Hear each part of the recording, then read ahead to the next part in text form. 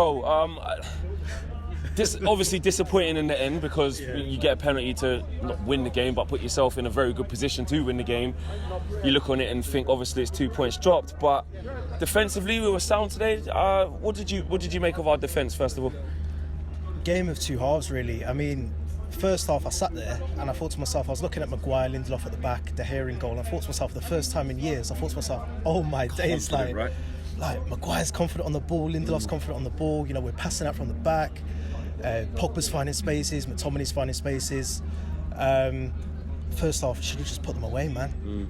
We were teaching them how to play football that first half. We genuinely were, because all they were doing was just getting the ball and just lumping it forward.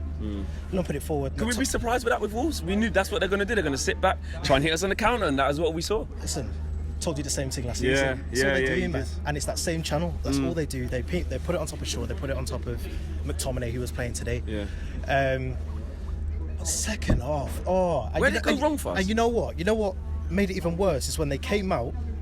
They took the referee blew the whistle for the second half, and where was Lingard? Who did Lingard pass to? Yeah, and that just we lost the ball straight away. That set the tone, didn't it? What did you make of Lingard's performance today? He ran his socks off. I'll give him that. I'll give him that respect. But he had a chance in the first half where he sliced the volley, and he had a really good chance. He was around about the penalty area. Right about the penalty spot, sorry. And I thought to myself, I looked at that and I thought to myself, it's right in front of me, and I thought to myself, imagine if that was Bruno Fernandes. Imagine if that was Tielemans or a Maddison. It's going in, top bins. It's a goal. And if it's not a goal, you know, they're going to take a touch and slide it. So you feel like Jesse lacks that quality, he lacks that killer instinct? I don't want to solely place that on him, but I think that's a trait that he doesn't really have, and we see that in his stats. He doesn't get enough goals, he doesn't get enough assists.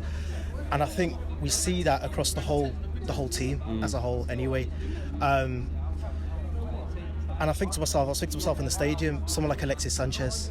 I know Alexis hasn't got the goals and he hasn't got the assists since he's come to United, but for someone like Alexis Sanchez, let's say we brought Alexis Sanchez on in that number 10 role today, and we just said to him, you know what, just do you. Do you. Martial's up top, he's making the runs, Rashford's making the runs, Dan James is making the runs, just you're free to. And you're saying that, and whilst you're saying that, it looks like he's pretty much out the door. He's on a plane to Inter, and I'm in two minds about that anyway. I mean, on one hand, I'd love to see him at least come off the bench and give us something this season, and give us something different up top. But at the same time, you know, him and Lukaku just... It's not working out. What did you make of the changes that Ollie did make today? I mean, you're looking at the bench with Greenwood as the only recognised guy who you look at thinking he could change the game. And even that is kind of... We're hoping so, because he's a young kid. We need to get him minutes. But on one hand, we've got this situation where Ollie seems to be picking the right team. You know, no Smalling, no Jones, no Matip, etc. I don't know how you feel about that. I mean, listen, I'm all for that, you know. Yeah. But the depth doesn't seem to be there on the other side. Precisely. But we can't have it all. It's just really frustrating, man. I mean, 87th minute, I think, Greenwood came on. Way too late, right? I couldn't believe what I was seeing. It got to the 70th minute, and I've got the utmost respect for Dan James, right? But he was playing on the right wing, and all he did after the 70th minute, he looked knackered. He was just hanging on the touchline, waiting for Wan-Bissaka just to get the ball and just hopefully just pass it to him, and he'll have a few flashes in and out of a few players, and that was it. But he didn't really offer anything else. And I thought to myself, Greenwood's on the bench. You know, Mata's on the bench. Like, bring them on earlier. Why do you think he didn't do it? Do you think he just thinks he's still trying to be like he's saying? Look, in quote form, the most natural finisher out of Martial, Rashford, and Greenwood is Greenwood. And he's backed him and said Lukaku leaving has created a pathway for Greenwood. Ollie, this is Ollie. But why do you think he's not just going? Do you know what? Here's a start. Or do you know what? Here's 20 minutes like in this type of game. I genuinely think that he did. He was mirroring what Nuno was doing with his team. Nuno, I think he made one substitution. I think it was at half time, which he had to make anyway for the balance of the game anyway.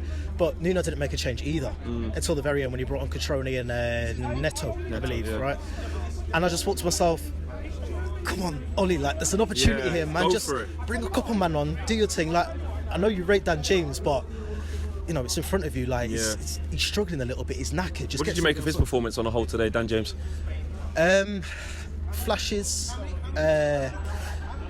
In pre-season, I know a lot of people were gassing him up in the sense that, oh, you know, all this pace, you know, he works for the team. I think first off he was brilliant. He made a recovery tackle for about 40 yards, and I couldn't believe what I was seeing. But then at the same time, and I think back to when we played Inter Milan in particular in pre-season, and a lot of people on social media were gassing up, oh, Daniel James, this, that, and that. But I genuinely didn't think that he looked that good. I think he genuinely looked a little bit out of his depth, if I'm all honest. And to be honest, I think it's going to take time for him to actually embed himself as a starter at the club. Granted, he's starting at the moment because we've got no one else. Yeah. So and that's the problem, isn't it? We've got to rely on these guys. Yeah, and I think it's a lot better for him. Like when we played against Chelsea, come on, 60th, 70th minute against tired legs, and all of these flashes of brilliance that you've got, you're not going to get a defender with a last-ditch tackle to stop you at the very end. You're gonna see the changes. He's going to be able to get through. He's going to be able to get passes off, shots off. But yeah, man, chances. That first half just stressed me out. And the problem is, you talk about chances. We only really created 2, the goal, and then the one where I think he was clean through, and who was the defender, Willy Bolly come through and just kind of, I think he cleared up, but it looked like Martial was first to get there. But other than that, for me, that was one of the biggest frustrations, the fact that we didn't actually, Patricio didn't have to work, really. He didn't have saves to make. Listen, he didn't have saves to make, and neither did De Gea. Yeah. And that proves the quality of the game. Like, there was not many shots. The quality of the game was pretty mediocre, but at the same time, it was a pretty entertaining game to watch at the same time. It was, and the penalty. I mean, your number 9 should be taking penalties. Like, they are in training every single day, doing shooting practice, doing penalty practice. These have got to be the best candidates for the job, right? You got Rashford as well on the free kick. Oh, that second half. I couldn't believe with that free kick as well. He looked like he didn't want to take it, then he did. I'm like, he's going to shoot from this far. Surely, and I don't want to touch on that because we've got Harry Maguire.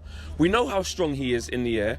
We're looking at the back post for most of the set pieces. Why are we not hanging it up to Maguire? Time and time again, we had set piece situations that could have been pinged into the back post for Harry Maguire to do his thing, knock it down, whatever it was. And we were doing that the first half. And it's like second half, especially that Rashford free kick, I looked at it and Luke Shaw looked like he was about to take it. Yeah. And I thought, this is a really dangerous position here. And then he just stepped away and I just saw Rashford thinking he was Cristiano Ronaldo. He did a little P-roller. And I just couldn't believe what it was. It's like he miskicked the ball and kicked it off his heel, the side of his heel. I don't know. I mean, the Pogba penalty situation is what it is. I've just read online, I think Neville's saying on Sky Sports that he's missed 4 penalties in the last 12 months. Now, I've not got an agenda against Paul Pogba. He's one of my favourite players in world football. But at the same time, strikers should be taking the penalties. Bottom line. That's it, man. Nice one, bro. Thanks a lot. Cheers. Thanks for hanging on there, bro.